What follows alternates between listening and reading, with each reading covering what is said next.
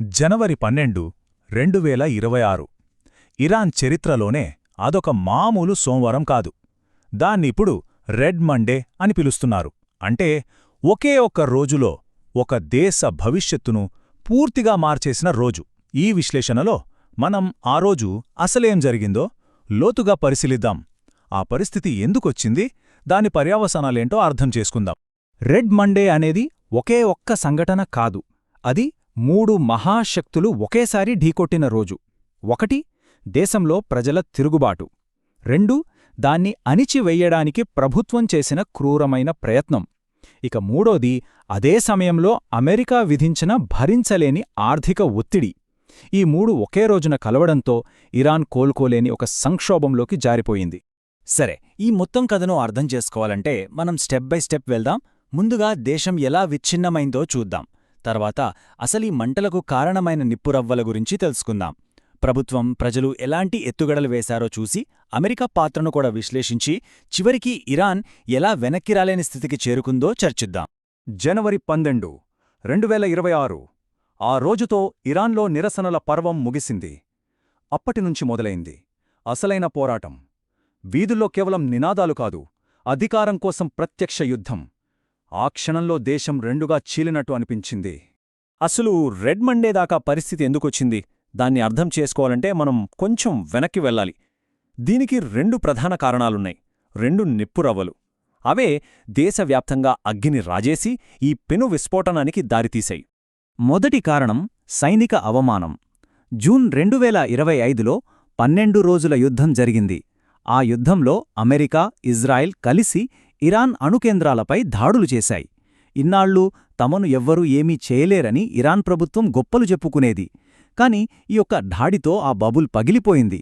తమను తాము కాపాడుకోలేని ప్రభుత్వంపై ప్రజలకే కాదు, సొంత భద్రతా దళాల్లో కూడా నమ్మకం సన్నగిల్లింది. ఇదొక పెద్ద మానసిక దెబ్బ. ఇక రెండో కారణం సంపూర్ణ ఆర్థిక పతనం. దాని తీవ్రతను ఒక్క నంబర్తో చెప్పచ్చు: 14,20,000.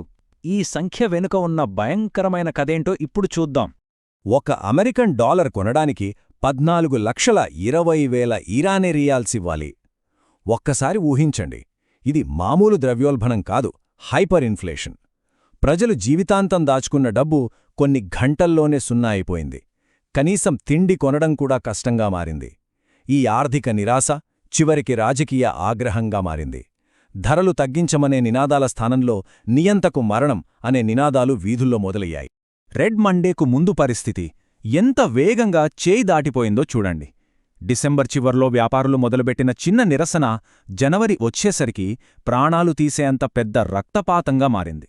ప్రభుత్వం ఇంటర్నెట్ను కట్ చేసి ప్రపంచానికి ఏం జరుగుతుందో తెలియకుండా చేసినా ఆ నిప్పున ఆపలేకపోయింది.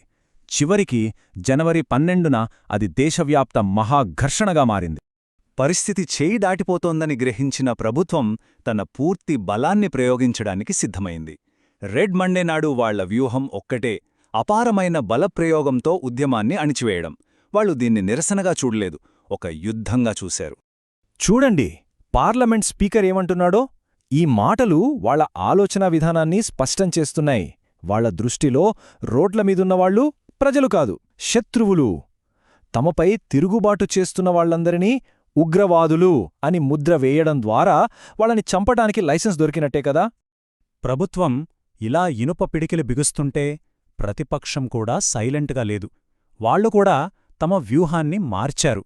ఇది కేవలం నిరసన కాదు, ప్రభుత్వానికి నేరుగా సవాలు విసిరే ఒక సాహసోపేతమైన ఎత్తుగడ. బహిష్కరణలో ఉన్న క్రౌన్ ప్రిన్స్ రజా పహ్లవీ ఇచ్చిన ఈ పిలుపు చాలా ముఖ్యం. ఇది నిరసన చేయండి అని చెప్పడం లేదు, ఇది వీధులను స్వాధీనం చేసుకోండి, మీ కంట్రోల్లో ఉంచుకోండి అని చెప్తోంది. అంటే పోరాటం నెక్స్ట్ లెవెల్కి వెళ్ళింది. ఇది భూభాగంపై నియంత్రణ కోసం చేసే పోరాటానికి పిలుపు. ఆ వశపరచుకుని నిలబెట్టుకునే సిద్ధాంతం ఆచరణలో ఇలా ఉంది. ప్రజలు ప్రభుత్వ భవనాలకు నిప్పుపెట్టారు, రోడ్లను బ్లాక్ చేసి కొన్ని ప్రాంతాలను విముక్తి పొందిన జోన్లుగా ప్రకటించారు. ప్రభుత్వ నిఘా కెమెరాలను ధ్వంసం చేశారు. వాళ్ళ నినాదాలు కూడా పూర్తిగా మారిపోయాయి. ఇది రక్తపు సంవత్సరం అనే నినాదం వాళ్లు ప్రాణాలకు తెగించి పోరాటానికి సిద్ధమయ్యారని స్పష్టం చేసింది. ఈ ఘర్షణలో జరిగిన నష్టం భయంకరం. లెక్కలు చూస్తే ఒక్కో వర్గం ఒక్కో కథ చెప్తోంది. ప్రభుత్వమేమో ఒక్క నిరసనకారుడు కూడా చనిపోలేదంటుంది. కాని మానవ హక్కుల సంస్థలు వందల్లో, ప్రతిపక్ష బృందాలు వేలల్లో చనిపోయారని చెప్పాయి.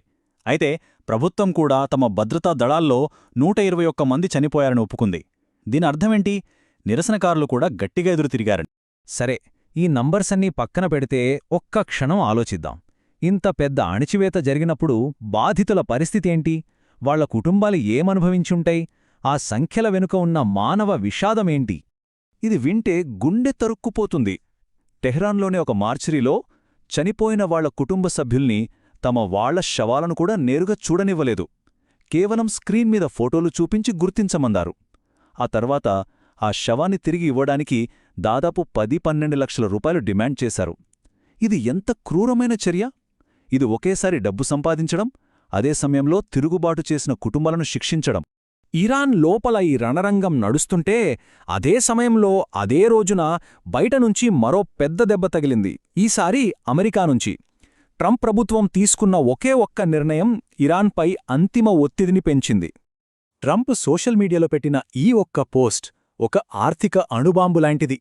సింపుల్గా చెప్పాలంటే, ఇరాన్తో వ్యాపారం చేస్తే మాతో శత్రుత్వం పెట్టుకున్నట్టే అని ప్రపంచానికి ఒక ఫైనల్ వార్నింగ్ ఇచ్చారు. ఏ దేశమైనా ఇరాన్తో బిజినెస్ చేస్తే వాళ్లు అమెరికాకు 25% పన్ను కట్టాలి. ఇది ఇరాన్ ఆర్థిక వ్యవస్థను పూర్తిగా నాశనం చేసే ఎత్తుగడ. ఈ చార్ట్ చూస్తే విషయం క్లియర్గా అర్థమవుతుంది. చైనా, భారత్ లాంటి దేశాలకు ఇప్పుడు రెండే ఆప్షన్లు. $0.4 ట్రిలియన్ ఇరాన్ మార్కెట్ కావాలా, లేక $27 ట్రిలియన్ అమెరికన్ మార్కెట్ కావాలా? సమాధానం చాలా సింపుల్. ఈ దెబ్బతో ఇరాన్తో వ్యాపారం చేయడానికి ఏ దేశం కూడా ముందుకు రాలేని పరిస్థితి ఏర్పడింది. సో, దేశంలో తిరుగుబాటు, ప్రభుత్వ అణిచివేత, బయటనుంచి ఆర్థిక దిగ్బంధం, ఈ మూడూ ఒకే రోజున కలవడంతో ఇరాన్ ప్రభుత్వం పూర్తిగా ఇరుక్కుపోయింది. వాళ్లకు ముందుకు దారిలేదు, వెనక్కెళ్లే అవకాశం కూడా లేదు. ఇదొక పరిష్కారం లేని త్రిముఖ సంకటం. రెడ్ మండే తర్వాత ఇరాన్ ప్రభుత్వానికి మూడే దారులు మిడ్లాయి. కాని మూడూ కూడా అసాధ్యమైనవే. 1. అమెరికా చెప్పినట్టు వినాలి. కాని అలా చేస్తే వాళ్ల పరువు పోతుంది, సిద్ధాంతం చచ్చిపోతుంది. 2. ప్రజలనింకా చంపాలి, కాని అది దేశాన్ని అంతర్యుద్ధంలోకి నెట్టవచ్చు. 3. ఏమీ చేయకుండా కూచోవాలి, కాని అలా చేస్తే ఆర్థికంగా కుప్పకూలిపోయి ప్రభుత్వం లోకల నుంచే పతనమవుతుంది. ఏ దారి చూసినా చివరకు ఓటమే. ఇది మనల్ని ఒక పెద్ద ప్రశ్న దగ్గర ఆపుతుంది. రెడ్ మండే తర్వాత ఇరాన్ ఒక పాయింట్ ఆఫ్ నో రిటర్న్కు చేరుకుంది. ఒక దేశం ఇలాంటి పరిస్థితికి వస్తే అక్కడి నుంచి దాని భవిష్యత్తు ఏంటి? తర్వాత ఏం జరగబోతోంది?